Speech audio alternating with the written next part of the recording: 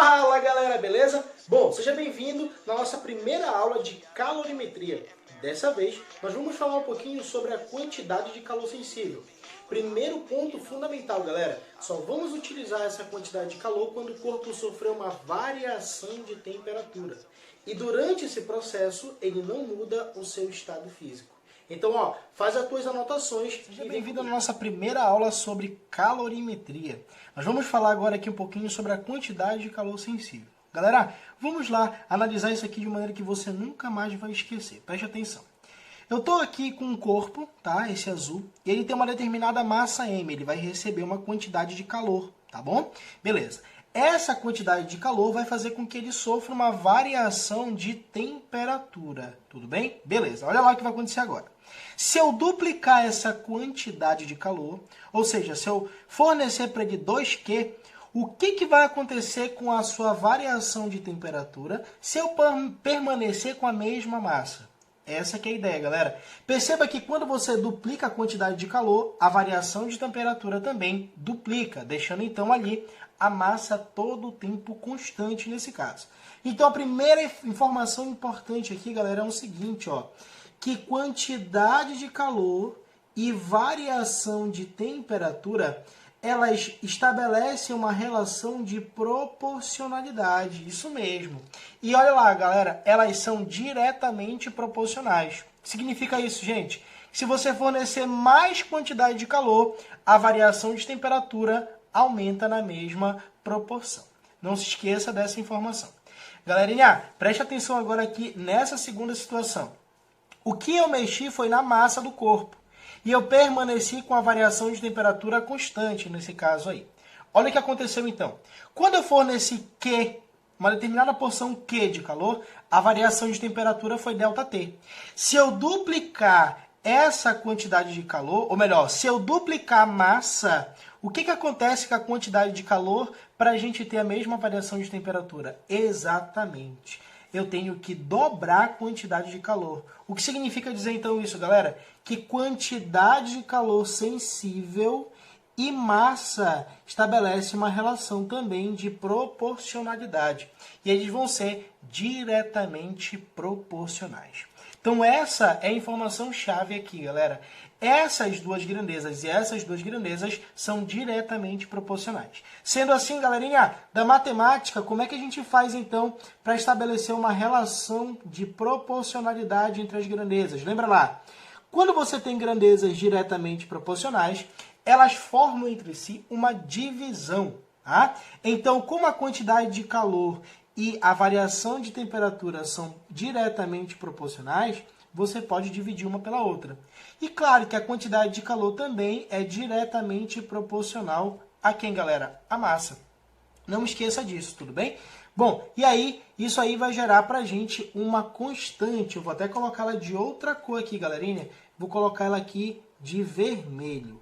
Essa constante que você está vendo aí é chamado de calor específico, tá bom? Vamos já comentar sobre ela. Olha o que eu posso fazer aqui, galera. Eu posso pegar toda essa galera que está aqui embaixo e passar multiplicando. Aí como é que vai ficar? Vai ficar assim, gente, olha lá.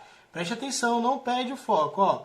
Quantidade de calor sensível vai ser igual ao produto da massa vezes o calor específico vezes a variação de temperatura, galera. Ei, isso aqui você já conhece, tá? Isso aqui, geralmente, é chamado de quimacete, não é isso? Então não esqueça, quem é o M? A massa da substância. Quem é o C? Calor específico, que vamos já comentar.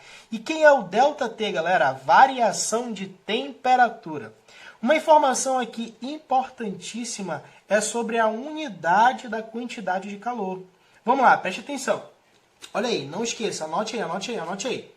Se ele estiver trabalhando com o sistema internacional, a unidade da quantidade de calor vai ser o Joule, galera, no sistema internacional de medidas. Agora, se você tiver o sistema usual, vai ser o caloria, galera. Não esqueça, tá bom? essa unidade aqui no sistema internacional e essa unidade aqui no sistema usual. Beleza, galera? Agora a gente vai detalhar o calor específico que foi mencionado bem aqui. Preste atenção. Fisicamente falando, galera, o calor específico, preste atenção, é a quantidade de calor necessária para 1 grama da substância, tudo bem? Variar sua temperatura em 1 grau Celsius. Por exemplo, olha o calor específico da água. 1 caloria por grama grau Celsius. O que significa isso? Que para alterar a temperatura em 1 grau Celsius, de 1 grama de água, você precisa dar para ela 1 caloria de quantidade de calor. Olha aqui o do alumínio, 0,2 calorias por grama grau Celsius. Significa dizer que você precisa ceder 0,2 calorias para o alumínio para variar a sua temperatura em 1 grau Celsius. Isso para 1 grama de sua massa. Quem é que possui o maior calor específico aqui? Claro que é a água. Ei, galera, a água é um dos maiores calores específicos conhecidos na natureza. Por isso que ele é muito utilizado nas indústrias, principalmente na refrigeração de veículos automotores. Agora, preste atenção numa coisinha bem aqui. Muitas vezes alunos se confundem com a unidade. Galerinha, olha o sistema internacional bem aqui, ó, de novo. Quando a gente fala do sistema internacional, a quantidade de calor em Joule, como foi mencionado agora há pouco, a variação de temperatura em Kelvin e a massa da substância em quilograma. Quando a gente fala no sistema usual, a quantidade de calor em caloria, a variação de temperatura em graus Celsius e a massa em grama. Gente, vai ser muito utilizado isso aqui. Agora, uma observação que eu não posso deixar de fazer jamais com você é essa aqui, ó. Aquela substância que tem maior calor específico, ela demora tanto para aquecer quanto para esfriar.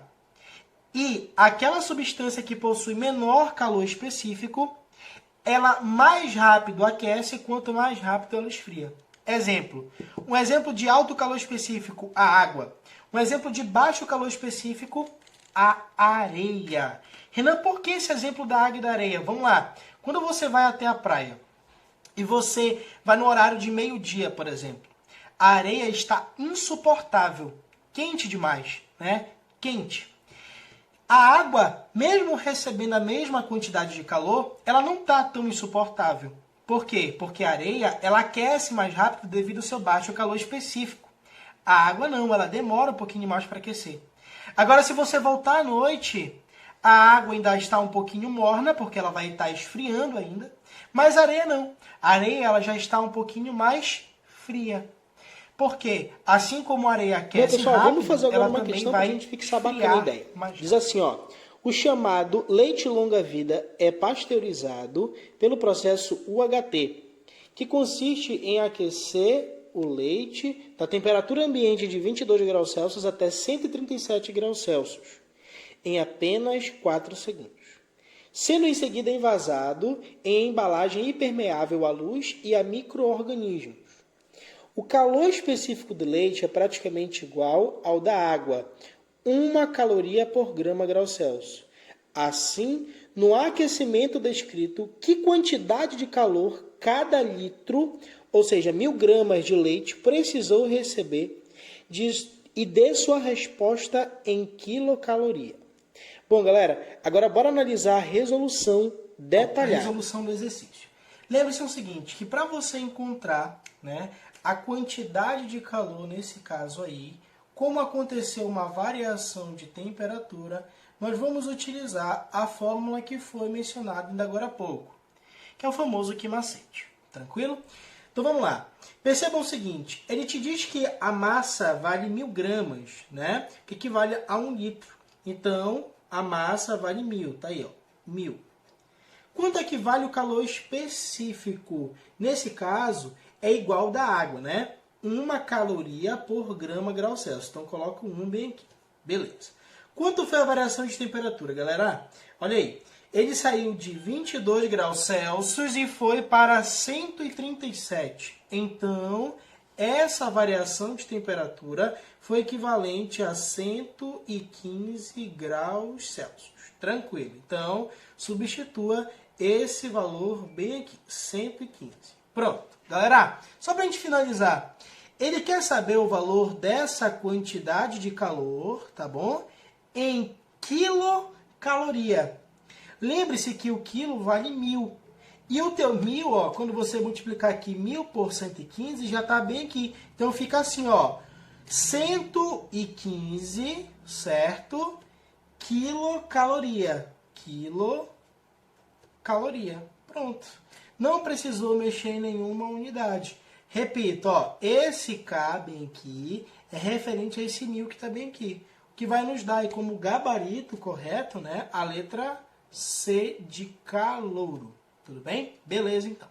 Muito obrigado. Você chegou até aqui nesse vídeo. Não esquece de curtir, de comentar, de compartilhar com seus amigos, que assim também você vai ajudar várias pessoas. Muito obrigado e até a próxima.